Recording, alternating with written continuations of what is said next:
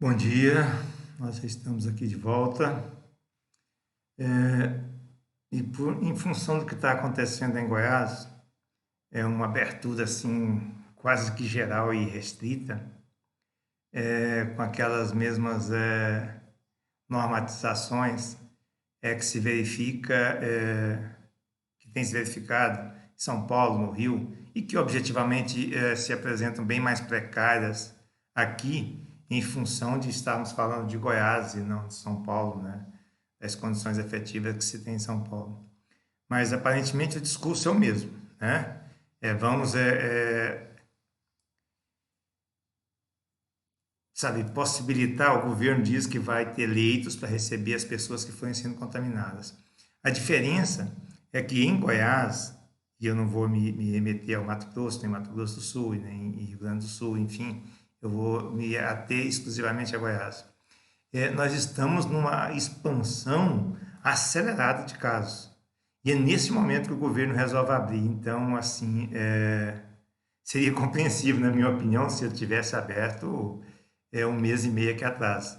Agora, nesse momento, é bem complicado e aí é difícil, né? Para a gente entender como que esse tipo de medida é adotada, tá? Bom, é o seguinte, hoje eu resolvi voltar mais uma vez a falar sobre o governo federal e a pandemia, tá? E ao final eu devo fazer, no decorrer da minha fala, devo fazer algumas referências a Goiás, tá bom? Bom, eu começo por algo que tem se tornado, se consolidado em termos de consenso sobre o governo federal, que é essa euforia, essa ideia de euforia, de deslumbramento desse governo por ter chegado ao poder. Tá? E um deslumbramento que se reflete, e essa euforia, num apego exagerado ao poder pelo poder, sem, no entanto, apresentar nenhuma medida, sabe, efetiva,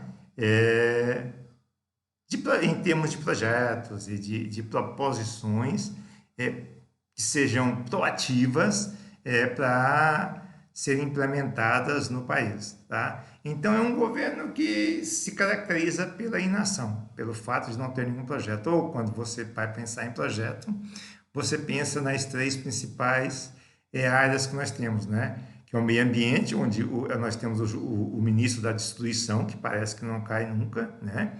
Na educação, que nós temos hoje um conservador, que isso vai ser complicado, tá? Por outro lado, esse novo professor que foi nomeado agora. E na saúde, nós temos um general do Exército, da Ativa, e que não é culpa dele, seguramente é uma boa pessoa, mas ele não tem o instrumental técnico necessário para exercer a função. Não é culpa dele, é que ele não vai conseguir, porque nós precisamos, com todo respeito aos militares, eles têm o seu valor e são respeitados no país, com certeza, mas para exercer funções que são de Estado, que são específicas, que fazem parte da sua atuação, e não lidar com o Ministério da Saúde. Tá? Eles podem até contribuir, auxiliar, mas ocupar as funções técnicas que foram colocadas eu acho muito complicado, porque precisamos de profissionais da saúde para exercer essas funções, enfim. Tá? E o que me chama muita atenção é essa nova polêmica, né? É o termo genocídio. Realmente se trata de um conceito histórico, sociológico profundo, intenso, e que foi utilizado pelo ministro do STF, Gilmar Mendes, né? Para dizer que as Forças Armadas elas estão se associando ao genocídio. Tá? E aí é complicado, porque efetivamente esse governo, o governo federal, digo, ele não se incomoda com essa pandemia.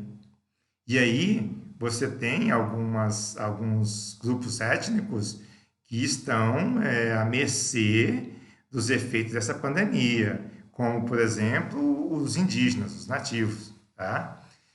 Que isso é complicado, isso é uma pauta muito sensível, e sim, o Tribunal de Haia pode se interessar por esse tipo de coisa. Então, se o termo genocídio se dirige a um grupo étnico específico, é preciso tomar muito cuidado, ainda dá tempo de tentar correr atrás disso, tá?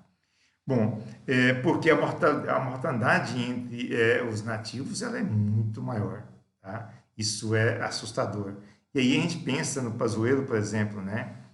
É um ministro que não é ministro, na verdade, ele é um secretário executivo e que está exercendo, fazendo as vezes de ministro, tá? E, por exemplo, a mesma coisa do ministro não é ministro, tem um protocolo que não é protocolo, segundo o Pazuello, né, que já é uma forma de se defender o presidente da República, que seguramente vai ter que responder por isso judicialmente, sabe, nos termos constitucionais. Porque como assim? Quem está assinando esse protocolo é de um amadorismo, é assustador. Como que se faz isso? Sabe? Se decreta um protocolo sem o suporte técnico que é necessário para que aconteça esse decreto, tá? Isso é muito assustador, porque é, há uma pesquisa, por exemplo, recente, da Getúlio Vargas e a Universidade de Cambridge, que eles chegaram à conclusão, e isso está publicado, todo mundo pode ter acesso, é só investigar, de que a presidência da República no Brasil seria responsável por 10% das mortes das pessoas contaminadas.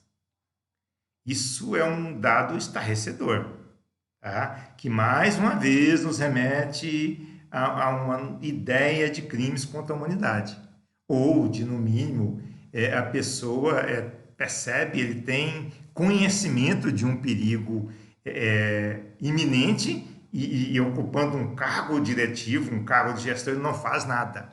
E, na verdade, se formos olhar, o que o presidente mais tem feito, e daí? Sabe? Na verdade, ele está preocupado em fazer propaganda da cloroquina, hidroxicloroquina, enfim.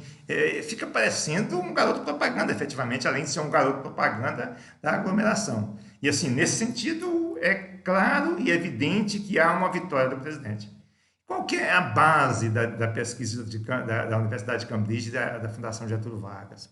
É exatamente o discurso, a retórica, o comportamento do senhor presidente da República, que acaba por influenciar um número significativo de pessoas no país, que vão correr riscos desnecessários, que vão modificar o seu comportamento em função daquilo que o presidente fala e faz. E aí, ele mais uma vez produziu um conjunto enorme de provas contra si mesmo, porque está gravado, está registrado em várias plataformas digitais ou em mídias de comunicação.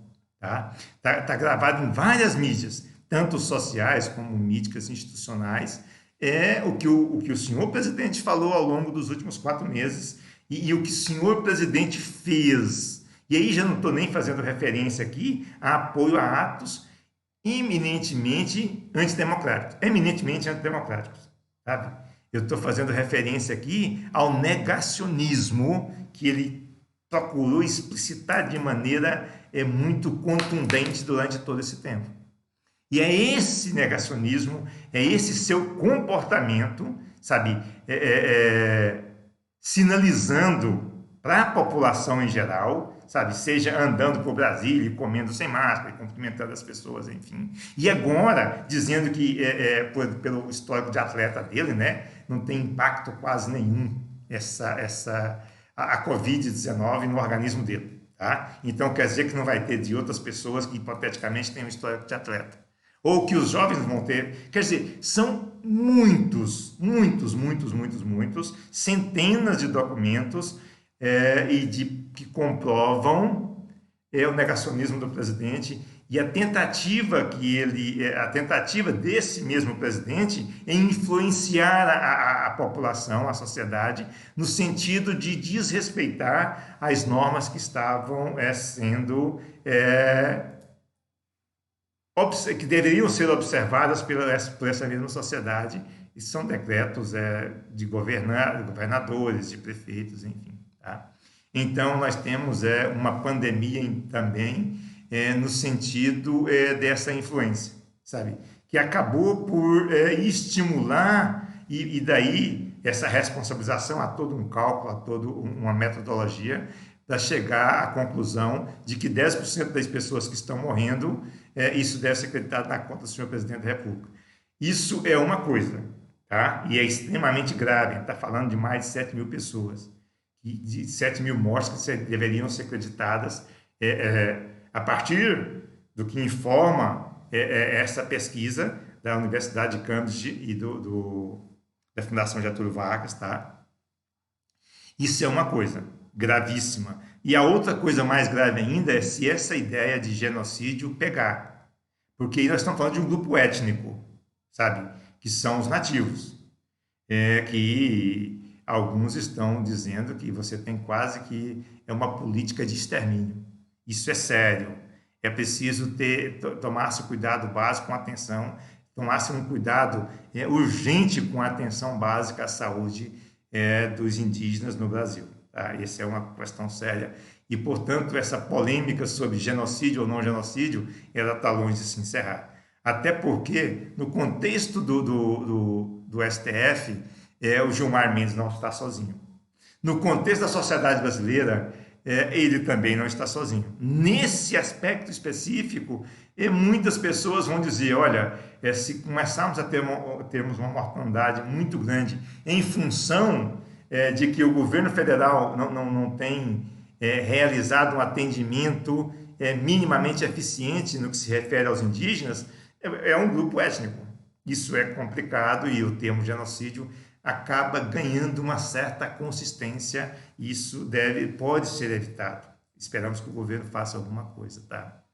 Bom, é engraçado. A pandemia ela vem sendo discutida muito paralelamente, né? Na verdade, a mídia se preocupa com Sarah Winter, com essa ideia de liberdade de expressão, negacionismo do presidente, divisão definitiva da sociedade entre, por exemplo, o que foi dito, né, pelo senhor presidente da República. Quem é de direita toma cloroquina, quem é de esquerda toma tubaína. Esse tipo de coisa esse tipo de frase, esse tipo de comportamento que fundamentou a pesquisa da Universidade de Cambridge e da Fundação Getúlio Vargas. Quer dizer, mais uma vez, repito aqui, é o governo produzindo provas contra si mesmo. Tá? Bom, é assustador que num processo de flexibilização acelerado, nós tenhamos no Brasil uma média dos últimos 14 dias, da última semana, né, de mais de 1.000 mortes por dia no Brasil. Isso é 1/5 do que acontece em escala mundial e às vezes é 1/4. Tá? Realmente somos o epicentro atualmente, competindo aí com os Estados Unidos par a par. Né? Bom, e o senhor presidente continua fazendo propaganda para hidroxicloroquina. Tá? Os atos de corrupção eles estão sendo investigados. Você percebe isso, que eu tenho pessoas que aproveitaram-se dessa situação de emergência. E isso mostra que as instituições estão funcionando. Tá? Apesar de tudo isso, ainda bem, né? E quanto será que o governo vai ser responsabilizado pelos absurdos? Por exemplo, cloroquina, estimular as pessoas a invadir hospitais, o protocolo que não é protocolo, apoio a terroristas, como, por exemplo, os 30 do Brasil, que se diziam 300, a difusão de notícias falsas, como, por exemplo, o Tássio, né, que fica lá, é um assessor especial dele e que foi pego praticando esse ilícito de divulgar notícias falsas em um site dentro do Palácio do Planalto, ao lado do presidente da República. Quer dizer, ele não sabe, né? Coitado, trabalhando tanto e sendo traído de forma tão evidente, né? E são absurdos e muitas atitudes essencialmente criminosas que têm sido banalizadas. Quer dizer, o que se vai fazer quanto a isso? Sabe? Aí quando vem o Gilmar Mendes e intensifica o tom, se tem toda essa reação, né? Foi uma atitude desproporcional do Gilmar Mendes? Foi. Embora não totalmente inverídica. Sabe? Há um certo conteúdo na observação do senhor Gilmar Mendes, que é o ministro do STF, que deve ser levado a sério. Tá? Realmente, se você pega o estudo eu repito aqui pela 5ª vez, da Universidade de Cambridge e da Getúlio Vargas, da Fundação Getúlio Vargas, você vai perceber que há um fundo de evidência consistente naquilo que o senhor Gilmar Mendes fala, porque realmente a presidência da República ela nega que haja pandemia, nega que isso seja um evento sério, e nesse sentido, ele nega que essas 70 e tantas mil mortes sejam relevantes, sabe? Isso é muito complicado, sabe? De se acompanhar e de se observar. Bom, o que nós concluímos com isso, tá? Isso vai ser creditado na conta do eufórico presidente, né, do Brasil, ainda em campanha para 2022, sabe? Porque ele está em campanha, evidentemente. Embora tenha tentado se recolher, porque as coisas chegaram num ponto que agradam a ele, né? Primeiro, os estados, mesmo tendo expansão de casos da Covid-19, estão flexibilizando, estão reabrindo. Inclusive aqui em Goiás, que é o mais absurdo do que São Paulo e Rio, na minha opinião, tá? E mesmo do que o Ceará e Pernambuco, aqui realmente é absurdo. E segundo, o Exército se envolveu de vez nas questúnculas relativas a esse negacionismo do governo federal, principalmente a figura do presidente da República. Porque o Exército se sentiu ofendido com isso. Embora, segundo o senhor Gilmar Mendes, a ideia era alertar o Exército, sabe, de que ele não deveria se vincular institucionalmente a esse tipo de prática negacionista do presidente da República. E aí, basicamente, creio eu, que o problema é simplesmente o Eduardo Pazuello. Ou ele vai para a reserva, e aí tudo bem, né? Que eu acho que o ponto central é esse, sabe? É o Pazuello que ainda faz esse vínculo e estabelece essa articulação entre militares da ativa e militares da reserva. E aí tem um conjunto enorme, que se nós pensarmos que tem mais de 30 mil militares no governo, em primeiro e segundo escalão, isso é assustador. Isso é algo que preocupa, tá? Então, seria necessário que houvesse uma racionalidade, por exemplo, no Ministério da Saúde e que ele fosse ocupado fundamentalmente por pessoas técnicas, por profissionais relacionados à saúde, particularmente para esse momento. Então, o Serra, por exemplo, foi um bom ministro? Sim, mas quem que ele manteve nos cargos técnicos? Profissionais da saúde. E quem que nós temos hoje? É básico isso, é elementar. A discussão não pode fugir desse elemento determinante. Bom, o outro assunto diz respeito ao meio ambiente, né? A destruição, o Ministério da Destruição.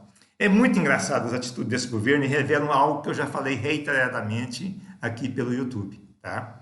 Que esse governo, ele além de ineficiente, ele é despreparado. Ele não tem projeto nenhum. Olha só a reação. Aumentou-se as queimadas nesse mês de junho. E qual que é, na Amazônia, qual que é a reação do governo? Para mostrar que está atuando.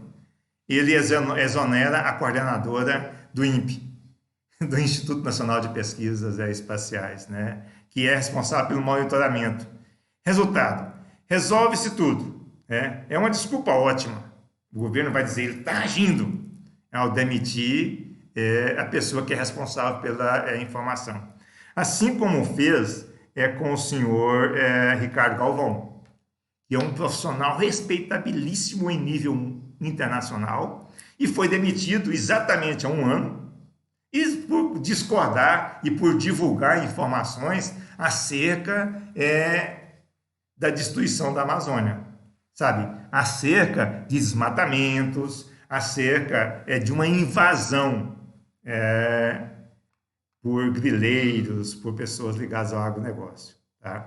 Então, ele foi demitido e teve uma polêmica com o senhor presidente da República, porque o presidente também conhece tudo, né? Dessa área, assim como conhece tudo de medicina, ele é um super-humano, que tem a ver com aquilo que nós já falamos, né? Com vários tipos de complexos que são acometidos a presidência da República por conta dessa euforia, desse deslumbramento, tá? Como, por exemplo, transtornos paranoides, a bipolaridade, sabe? Essa mania de grandeza que parece não ter limite, tá? E essa inconsequência nas ações. Bom,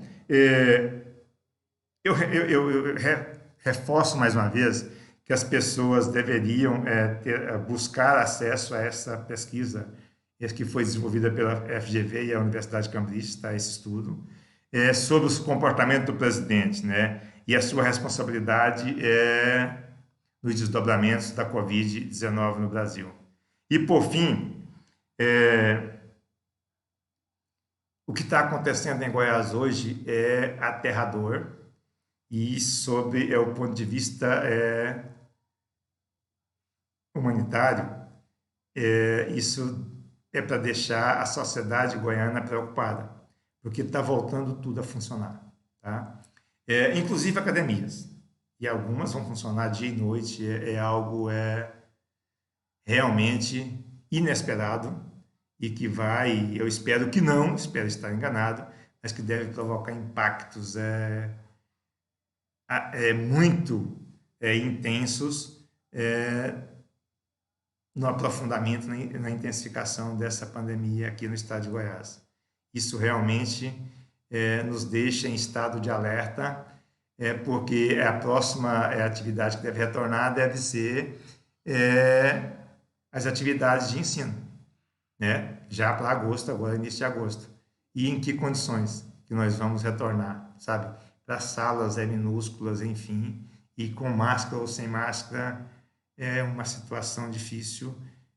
E assim, nós estamos com quase a totalidade dos leitos ocupados aqui em Goiás. E mesmo assim estamos abrindo. Qual a lógica dessa flexibilização, sabe? Como que os governos estão lidando com essa pandemia? Quer dizer, houve uma saturação a partir do ponto de vista da economia. No caso de Goiás, já tem um bom tempo, diz que ficamos 14 dias fechados. Não ficamos, estava tudo funcionando normalmente, ou quase que normalmente, não é? O governo se rende aos interesses dos empresários, e o que os empresários querem é legítimo, sim, é legítimo, mas isso vai implicar num recrudescimento do número de contaminados. E aí nós teremos um grupo cada vez maior necessitando de atendimento médico. E o governo já deixou claro, o governo do estado de Goiás, que ele está no limite da capacidade de atendimento das pessoas que venham a ser contaminadas. Então, são situações gravíssimas e em várias áreas, tanto no governo federal, agora no governo estadual, no governo municipal, porque o senhor Iris Rezende apoia integralmente tudo isso, tá? E essa é polêmica, volto a repetir. De repente, essa acusação de que está sendo responsável diretamente por ações adotadas ou não adotadas, não é só o senhor presidente da República, provavelmente outros governantes vão ser acusados disso, né? De estimular, com as suas medidas de abertura, por exemplo, a contaminação e a morte de um número grande de pessoas. É mais ou menos assim. Que mundo é esse que nós estamos vivendo, né? Que lógica é essa? Quais seriam as justificativas? Eu não consigo perceber, tá? Porque quando a gente observa o transporte coletivo, que vai ser intensificado agora, é uma aglomeração só. As pessoas mais simples serão, e mais fragilizadas social e economicamente, serão as mais atingidas.